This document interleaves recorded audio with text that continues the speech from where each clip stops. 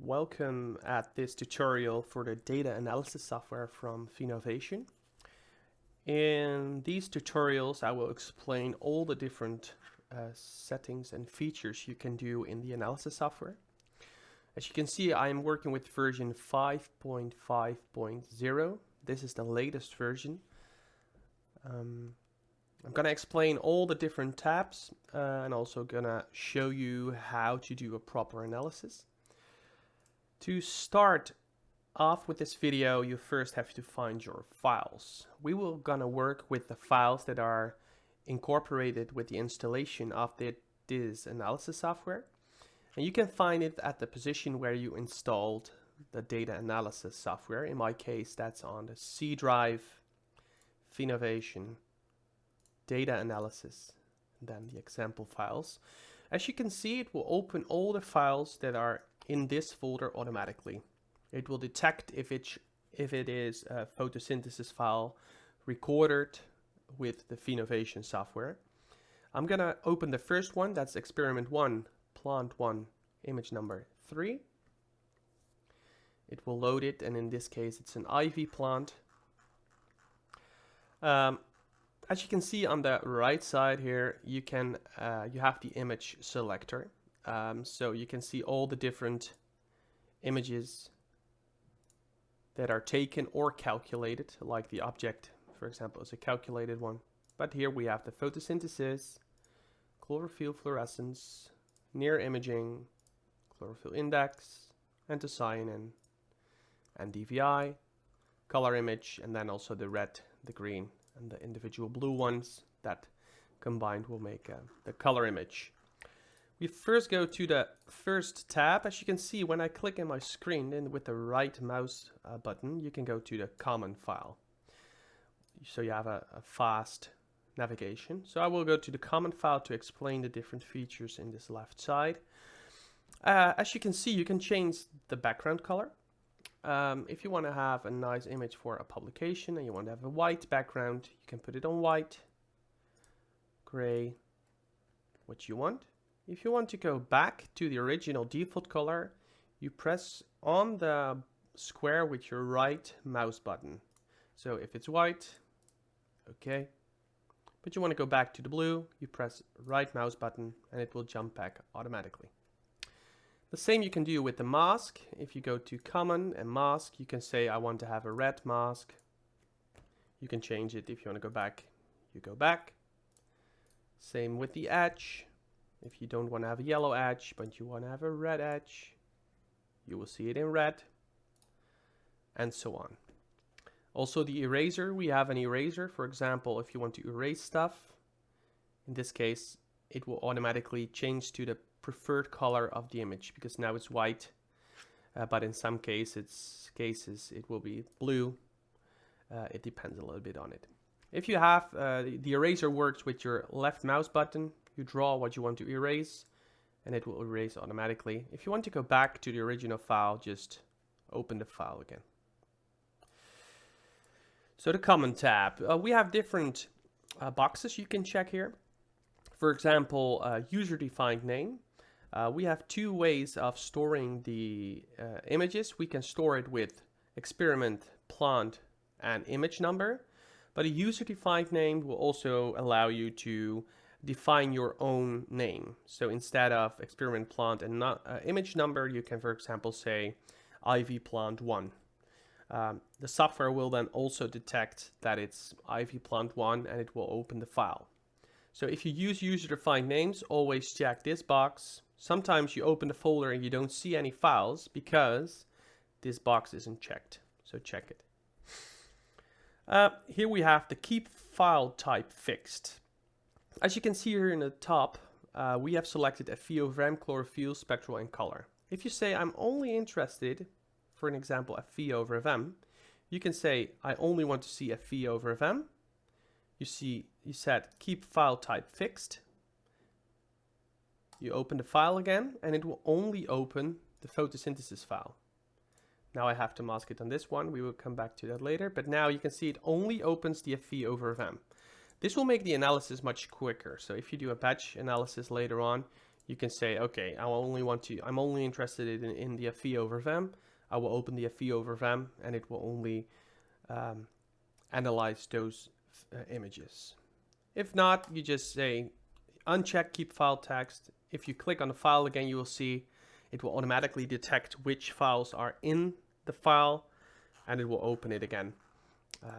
That's the standard, what it will do. Detect modified files. What we can do is, for example, if I do this, I erase a part of the plant, you will see here in the right top corner, save modified. If I press on that, it will disappear. But if you now say detect modified files, you see here, it has detected this file. So it's with the part of the plant missing. So you can save modified files, but you can always go back to the original file. So we never overwrite the pure data. But so in this way, you can maybe say, I only want to see the half of the plant, erase this, and see what the average FE over VEM is, for example, or with individual leaves or stuff like that. That's possible. Normalize RGB is something we can do on the RGB image. If we say normalize, it will compensate for shadowing. This is how we compensate it with the near image. So as if you can see here, now the image is homogeneously lit. We calculate for the depth, so we calculate the average near reflection, and then we calculate how much the bottom RGB values have to be increased in comparison to the top ones. This can be useful, and sometimes if you do RGB analysis, if you switch it back off, you would just go back to the original file, and you see this is much darker than the top part. Delete border objects. This is really useful if you are measuring in the field or somewhere and you have some debris lying in top of it, but you cannot mask it. So then you say delete border objects. So all the objects that are touching the side of the frame will be deleted. And in this case, you won't have a lot of noise in your image. Next one is large eraser. If you have a normal eraser, it's this. If you press large eraser, it will be like this. So a little bit bigger. Then we can say here object size, minimum and maximum. And here you can say if you have a mask, maybe if I switch it off, we can already see it. No, not yet. I will mask it really low, like 500.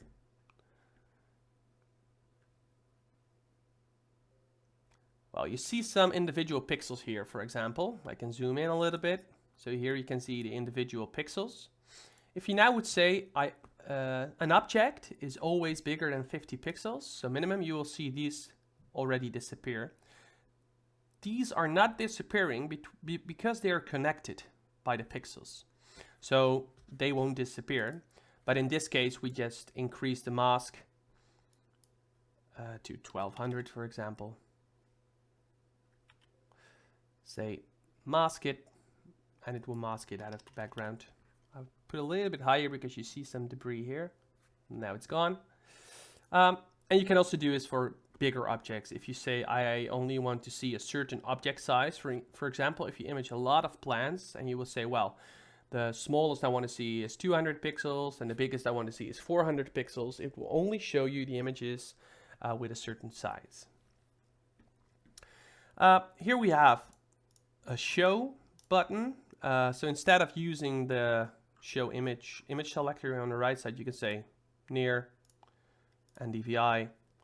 Because you can click this away, you can see there's crosses everywhere. So now if you still want to select your image like a FE over VEM, you can display it. But you can also see you can bring it back. Selector, histogram, scale, graph. Oh, there's no graph in this case, but zoom. And you see everything is here, also the histogram. But you can also then say, well, I don't need a histogram. Just press the cross, but you can always bring it back by using this button.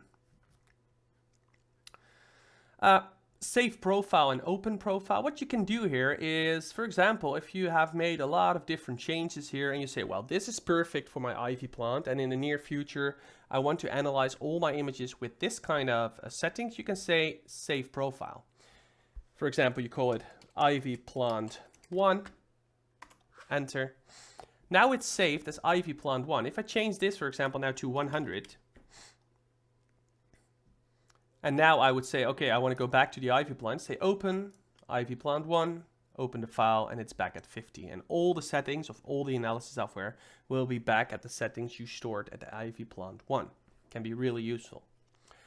I will come back to the setup log later. First go to this one, the formats. You can save images, so you can save it in a JPEG format or a bitmap format. If you just press save image, this image is stored. Only the blue, so like this. This will be stored. If you say add name, the file name will be stored in the top of the screen. I can show you. Image. This was the first one.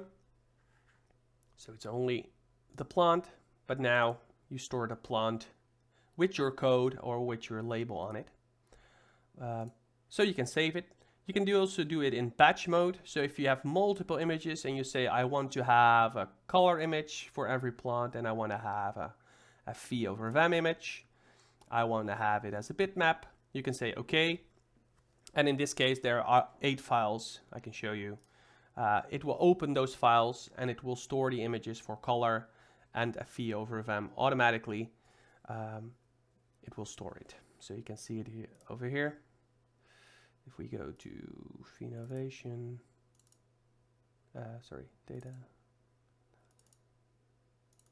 you now can see it will construct the images and store it automatically. You can also do it in combination with data analysis, but sometimes you also want to do it again like this. Okay, I'm gonna open this file again, the ivy plant. So this is the common tab.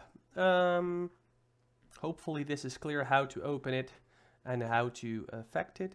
I will bring back the selectors. This is the first tutorial. I will now end this tutorial and we will go to the second one, and then we're gonna talk about masking the plant.